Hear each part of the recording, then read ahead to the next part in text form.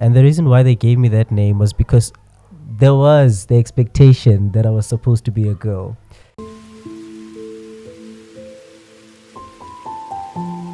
Well, Basiame is a cool, calm, and collected guy. Very reserved. I was born in the dusty streets of Langaville, in a very dusty season. What's up with this dusty street? Everyone turned the dusty streets of Soweto, dusty streets of Zola. There's no, Agnataru di gravel. So basically, it's dusty. Someone once said that sometimes it's not because gune dust, it's just where you at, the environment you at. That's why it's not dusty. It's windy. Maragua, it's dusty because of where you at. In that thing, Umpalelo said, in a very dusty season of August. Yeah. Okay, cool. So it's a dusty environment in a dusty season. In the month of August, that's when I was born on the 20th. It was a Thursday, and I was birthed by a very bold and defiant woman whom I believe I'll always honor because of just how strong she is. Everything that I am today, it's because of that lady who had the resilience to go through everything just to ensure that I was good. I went through so much, man, growing up, and I always knew that I had the backup of that lady. Till date, she's still there. So Basiame is that guy who... And what's her po? That's my second name. Okay. It's my second name. I don't like that name. I never use it. So that second name is the name that came from my father. So my father was like Kitsepo, and actually no, I'm Sotho, but they gave me. Basiame, that's Tswana. It's a Tswana name. Okay. Both my mom and dad are Sotho, but they gave me a Tswana name, Basiame Basimane, right? And the reason why they gave me that name was because there was the expectation that I was supposed to be a girl. So my mom wanted a girl so desperately, right? That she had a name for me, Palisa. So I was supposed to be Palis. No props. So had I been a girl, I would have been Palis, right? But unfortunately, but unfortunately, I turned out to be a boy. And what many people think, they thought my mom was saying, it's okay with children. I'm never going to have children again, which was not the case. What my mom was saying was, it's okay to have boys only. Basiame Basimane. It only became a coincidence that I was the last one. But she was just saying, Gulungile kuba nabantwana babafana kuphela. Basiame, hence Basiame. Yeah. And I think that's why I love... Yeah, I'm alright with having boys only. So that's what my mom basically meant with my name. So and it's like one name. It's one name, yeah. So Basiame Basimane is like one name. One name. Yeah, so that's your full name. That's my full name. But of course on the ID it's Basiame. But I know the full name is Basiame Basimane. Yeah. Yeah. Yes, my father named me Tepo. And my mom agreed because my mom was hoping. So the history of that name is quite deep. Tepo, because my mom, when she looked at me, comparing me to the history of her parenthood, right, and her parenting, she looked at me and said, I hope that you are not going to be like them. So she was like Tepo, so that's how but I don't like the name, mostly because of the origin, because when you really think about it, it's like, well, the intention is good, but so I don't like the name, but I prefer Basiame Basimane, which is the boys are all right. Yeah. So that's who I am. I lived my life in complete shyness, and I think I still continue to do this. I take time to adapt. Even with people, I get to be very reserved.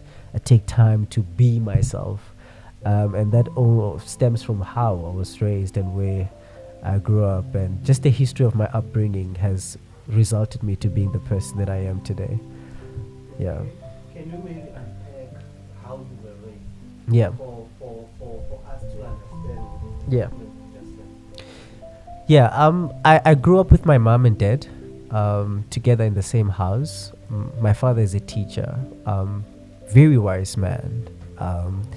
I think I always looked up to him. He loved music. My father was very talented. He was okay. He is because he's still alive, right? He teaches, he sings. He also once performed right next to Brahuma Sikela and the late Tepotula, in their 90s growing up. And so Tepotula went to my granny's house to ask for my dad so that he could go and sing with him. But you know how they were in the olden days. They were so obsessed with education. So my grandmother was like, nope, you got to finish with school. And so that's how we missed out on that. But he was also a news anchor because he would go and do on the news. He would do news, right? And so I always looked up to my father because he was just fearless about his adventures where life was concerned. But in the midst of all that, he also had his discrepancies. He was very abusive towards my mom. I, to be quite honest and very transparent, I've never experienced any form of abuse whatsoever from my dad. But I feel like my mom experienced it the most because physical abuse, emotional and mental abuse, where, of course, partners fight, right? But it gets a little bit too much when you start being physical and violent, where I would watch, I have this never-ending picture of my dad wearing boots and kicking my mom on the ribs to the point where ribs broke. Because my dad left when I was doing grade 1, I was 6 years old, right? So I was probably 3, 4, 5. But I have this vivid memory in my head that never goes away, right? Because it was a continuous thing. It didn't just happen once. It was always anticipated. Every Friday I knew that my dad is gonna come back home and it's gonna be crazy, Yeah, every Friday, because that's when he would come back apuzile, and we had this tradition. Every Friday we ate out. We didn't eat in the house, So we would all get bathed up, me and my mom, and wait for my dad to come back so we could go and eat out. 3 siblings, yeah. My siblings, because there's a 10-year difference between all of us. So the eldest brother of mine and the one between us, there's a 10-year difference between them, and there's a 10-year difference between me and the one that's between us. So the eldest brother is 20 years older than me. So when I was growing up, they were not around. The one that's in between us, Umpo, was in tertiary. I think he was in high school, then tertiary. So I didn't spend much time with them. I was always the one at home with my mom and my dad, right? And so every Friday, I knew my dad is taking us out. So, we'd either go have chips or burgers and stuff. So he would come back home drunk every Friday, and the episode would start because he felt like he was obligated to do the things that we expected of him. That's why I think I've learned the habit of not anticipating too much from people, because it's lovely when you do something effortlessly, willingly, because you want to do it. But once it starts to feel like an obligation, it frustrates you as a person, because we didn't know better at the time. We expected that every Friday we are going out. But as a man, I feel like maybe he was frustrated, and he was the only one working at the time. So I don't know what he was going through, but he would then release all his frustrations out on my mom and beat her up, call her names, and I would see my mom bleeding. I'd see my mom crying. I remember the last time when he was around, because he was kicked out. We had to keep kicking him out after that. My dad. My uncles had to come over and they were like, oh, enough, bruh. Because he chased us with his car. We would run and it'd be like bright lights. I remember there was this one time where I was running with my mom in the streets and I looked back and there was this bright lights Z Jetta. He drove a great Jetta at the time, and we had to sangene Skangeni because we knew there's no way a car is gonna go in Skangeni, right? And then he went back home after not finding us. Wayolala. So it was very hot. It was cold that day. Yeah, it's actually headmaster. Yeah, it has a bullet actually because they tried to shoot him while they tried to steal his car, so there's a hole that we never really closed. It's so beautiful. I love that stove. So bekabasilo my mom, it was hot in the house kubanda ngaphandle, and after chasing us with his car he went back to go sleep, right? And we called my uncle, and my uncle came over, who is very strict, you know. And when we got into the house, he said to him, "You are in here, in the warmth of the house. Where's your child? Kulokbanda ngaphandle." Never mind the wife, maybe. Never mind that lady. How old are you at this time? I am 5'4". Yeah. And so I remember Sahlala, there was this police guy. I'm glad I can talk about him because he left. We went over to him, and we said to him, "Hey, bayasishaya, sicela usisize at least usibize lamaphoyisa or something." But I think he was also going through something with his then wife, because he was like, "Hey, there's nothing I can do. Isn't there somebody that you guys can call?" And we got this from a policeman. You know, he didn't help out. But eventually my uncle came and he was like, "Nah, we can't live like this."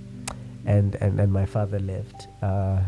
Which I feel like that is the biggest scar of my life. Another thing that you need to know about me, I don't know any side of my paternal family. I just know my dad and my grandmother. Everybody else, I do not know.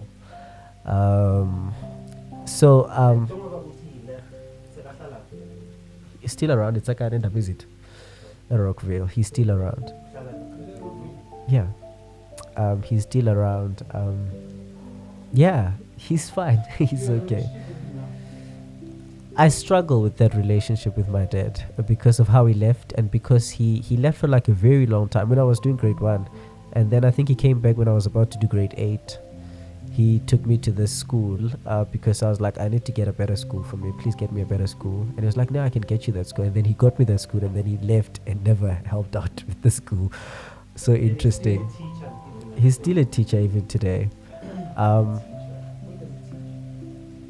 Can I say that? Yeah. But he's around Pinoni. Yeah. So I struggle with the relationship because I still feel like I harbor feelings of anger, feelings of being abandoned and rejected as a child. So I struggle with that relationship. I feel like I can't have a solid relationship with us without us having an honest conversation about what really transpired. You know, why were you not there for me? You know, I understand that you might have had issues with my mother, but why were you not there for me as your child? Even after you left, you know, you still had the opportunity to still come to me as your son and give me the love that I so desperately needed. I love this song by Gregory Porter who says, "I remember the taste of bitterness. Won't you help me, my father, fall in the love that I have missed?" You know, because I so desperately needed his love. I understand people that say you don't need your father. True, you don't need him, because I grew up without him. So it's possible to grow up without him. But I feel like there are certain things that your father has to do in your life that are so mandatory and a prerequisite that you can never get from anybody else but your father, you know. And yeah, I don't have a good relationship with him, but I do now and again text him just to find out on how he's doing, you know. And yeah, he responds very well. He responds very well. No props. So that was just the rejection from my father, right? That's good. So yeah, before to understand. So when now that you are this man, Yeah. you are this old, how did everything we go need like shape you as far? I long to be everything that my father was not to me. I was speaking to Lebu just now and I told him I love kids so desperately. I love kids so much that I think I can make a good father than I ever could make a good partner. Because my love for kids stems from everything that I never received. And I always tell myself, even when you look at me when I engage with kids, there's never going to be a child that's going to be in my presence and experience or feel any lack of love. because I always ensure of that if there's a child next to me, they need to feel loved, they need to feel seen, they need to feel heard. I want to be everything that I never received from my father. So yeah, I feel like that shaped me. You know the story about the same hot water that hardens an egg, softens a potato. I feel like for me, that sort of kind of brought out a good man out of me. I'm not saying it was necessary. I'm just saying it sort of kind of contributed to the person that I am today. So yeah, it. You said that was the first rejection. You wanted to take it. Yeah. So there's the rejection by my parent, which are okay. There's also the second rejection by my parent, which is, oh, that one is quite, yeah, that one is quite heavy. So there's also the rejection by society, because when I grew up I was very different. You said the first rejection was from your dad. Yeah, yeah, Right? yeah. The second one The second one is from same from my mother. But that's after a couple of years. That's recent. Due to the things that happen. When we grow up, you start to be, because me Namankula, my mom was always the person that sort of kind of designed how my life would be. She took me to church. I was in the worship team. She ensured that I was the best kid actually in my household. Not in comparison to my siblings. I'm just saying, with how I did things, I always ensured that my mom is happy. I prayed, I fasted, everything that what I needed to do for my mom to say, I'm proud of you. I did that until I got to the point where I was like, can I now do what I want to do? Can I now do what I feel like doing? Can I now do what I'm comfortable with doing? Can I be me? And then obviously you pull in different directions, and I want you to be this, and your parent is like, but this is the vision, this is the picture that I had of you, and I'm like, yeah, I understand that, but that's not me, and obviously it's sort of kind of, then my mom was like, I ain't got no time for this. But she's still there. That's what I love about my mother, even though she does not agree with certain things, but she's still there in my life. And yeah. really, I kind of feel we are not into details about the rejection. on one side. Yeah, I did not. I did not. Comfortable, it's okay. We talk about it, it's okay. But Yeah. I'd love to understand, because I want to. Are you comfortable with unpacking it? Okay, so I am comfortable. Though you might not maybe mention things, Yeah. you know maybe they're too sensitive. But Yeah. maybe unpacking just for us to have A better, yeah. message. So with all that's been happening, I've always been, I still think I'm a mama's boy. I'm always, you'll pardon me, I have, they call it an allergic rhinitis. I'm very sensitive to the change in temperature, so that's why I'm acting up.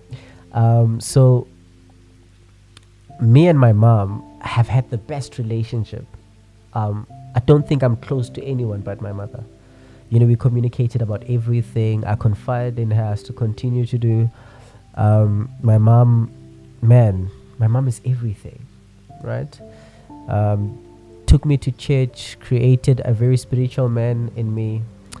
And until I got to the age where I was now, I think 18 and above, and I the delometric at the time, and I'm starting to explore on myself and who I am and what I like and what I don't like. And that's where adolescence hits in, right? And you realize this is what I like, where attraction is concerned in terms of gender, right? And I noticed I always knew I was different. That's where I was going at when I was mentioning society. I always knew I was different. I always knew I never looked at girls the same way as any normal. I refrained from using normal as any other guy would, right? But I would look at guys differently, right? Because even when I first started dating, I started dating a guy, right? And that was, because I believe I'm a late bloomer. It took time for me to discover myself and to be myself. Um, so I started dating when I was 18. High school wise, well behaved, and I dated this guy who was 25 at the time I was 18. And we didn't even date that long, because then I was still in the closet, because of how I was raised, because of where I was at the time. I mean, I was in church, and no, I am part of the church. I mean, at the time, the reason why that relationship didn't last that long, because I was in church, so I was very cognizant of what was happening around me, what we did, I was in the worship team. I was a preacher.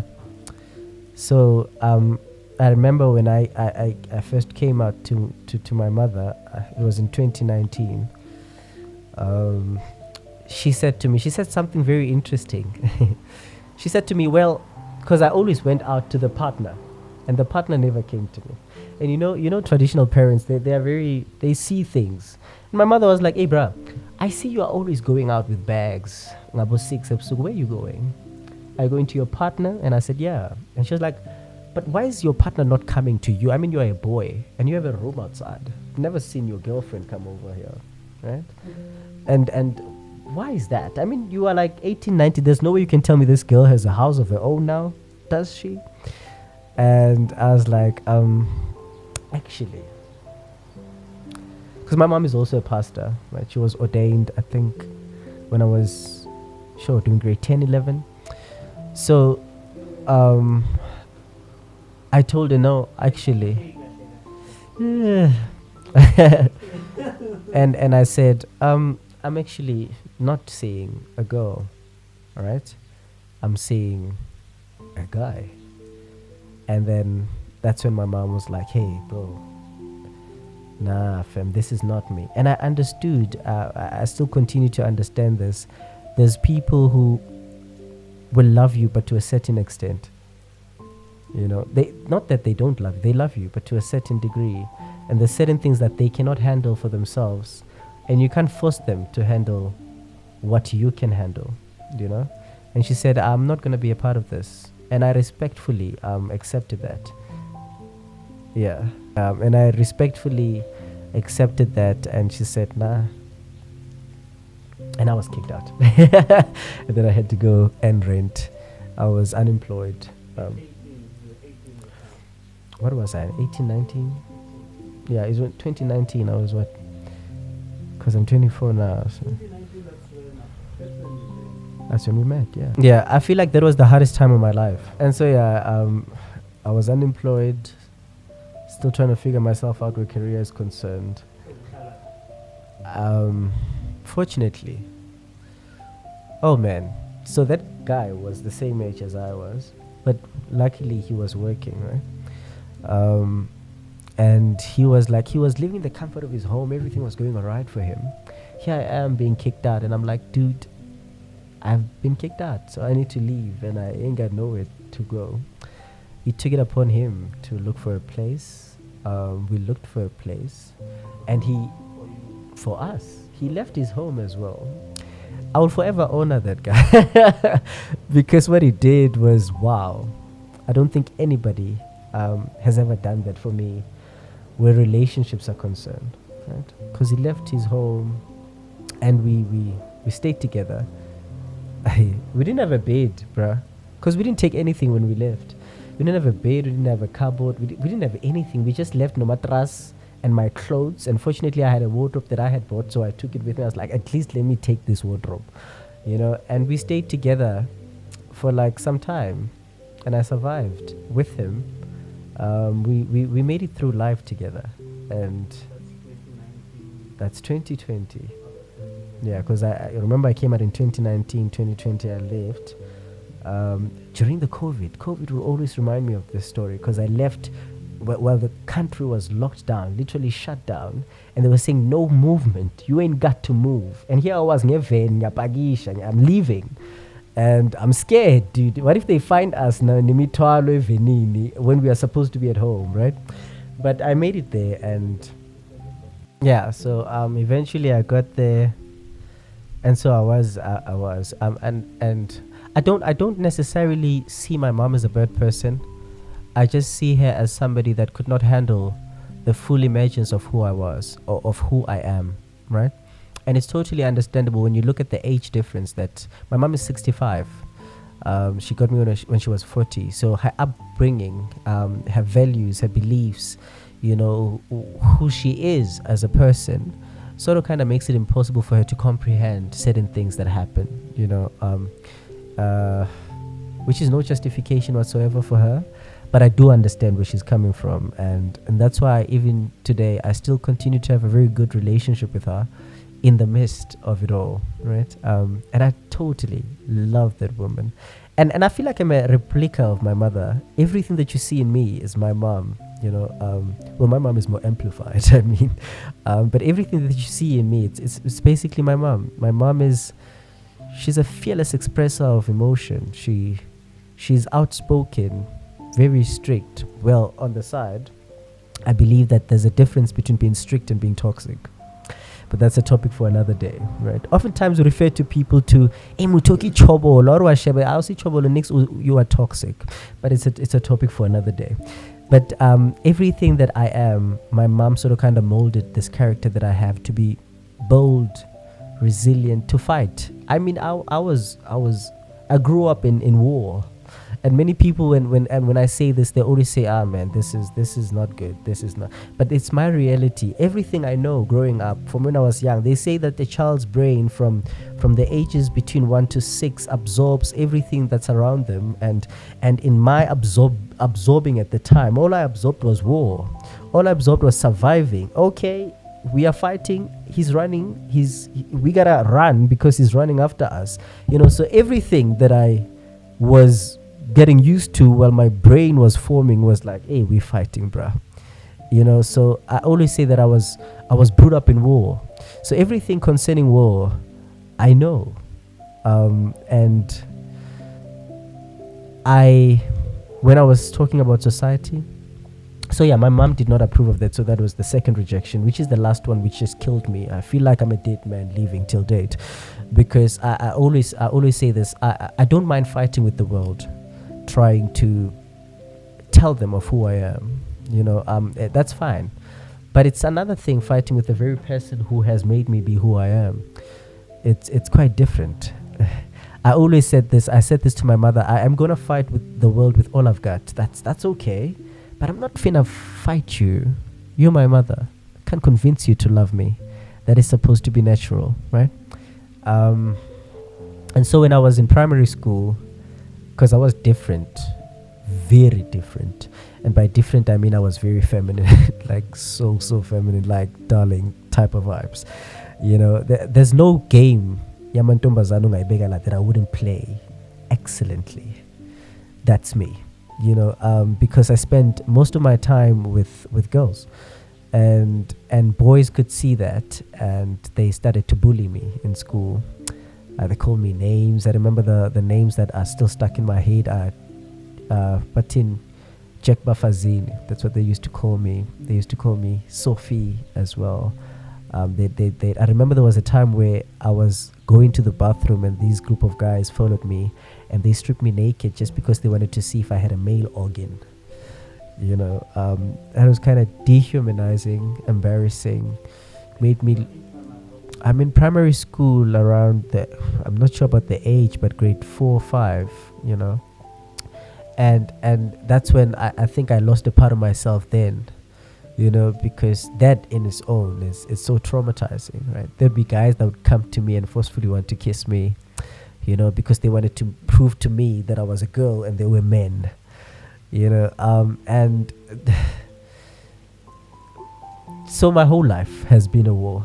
A war, a fight to say, hey, dude, I exist though, in the midst of it all, right? And so, yeah, high school was something else. I remember I was beaten up because I was girly. I'm shy. I'm shy. Well, there's some that also, yeah. That people can see. People can see. There's even when I came out now, there's some that were like, but we could always see, we always saw, you know. Even friends and neighbors, people were like, we always saw you, you know.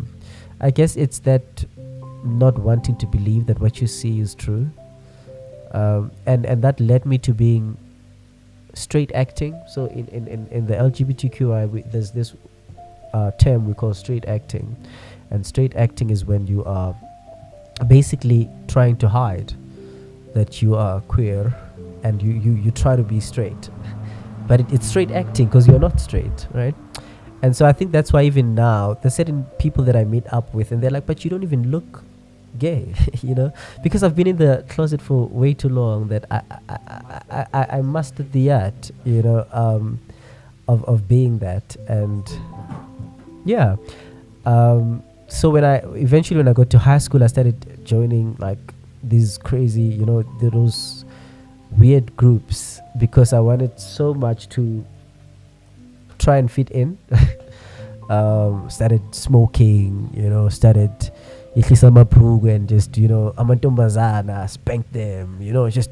I remember there was this one time I was in grade 8 actually, first year in high school, and we were walking back. I was working with this group of girls and I was being this ninja, you know. I spanked this girl and my mom is walking right behind me and I couldn't see her because we were school late. And my mom was like, hey, where did you learn that? You know, I was so embarrassed. But it was me trying to fit in, trying to gain the approval of people, going about it the wrong way, you know, until as you grow up, you realize there's absolutely nothing that you can do to get someone to love you. You need to be yourself and fully yourself, exactly as you are, so that people can truly love you for who you are. And that's when you know it's love. You know, I always say this to the people that I'm close with, that love someone just as they are and not with the hopes that they will change to be something better. Because what if they don't, right? Then you are doomed. But if I love you just as you are, even if you don't change, I love you. You know, but if you do change, even better. You know, but if you don't, I'm cool with that because I'm already in love with you. But if I love you with the hopes that probably you're going to change someday, what if you don't? Then I'm screwed, you know? So yeah, I learned that in order for me to be accepted and loved, I just need to be me. Then the right people will love me. So yeah.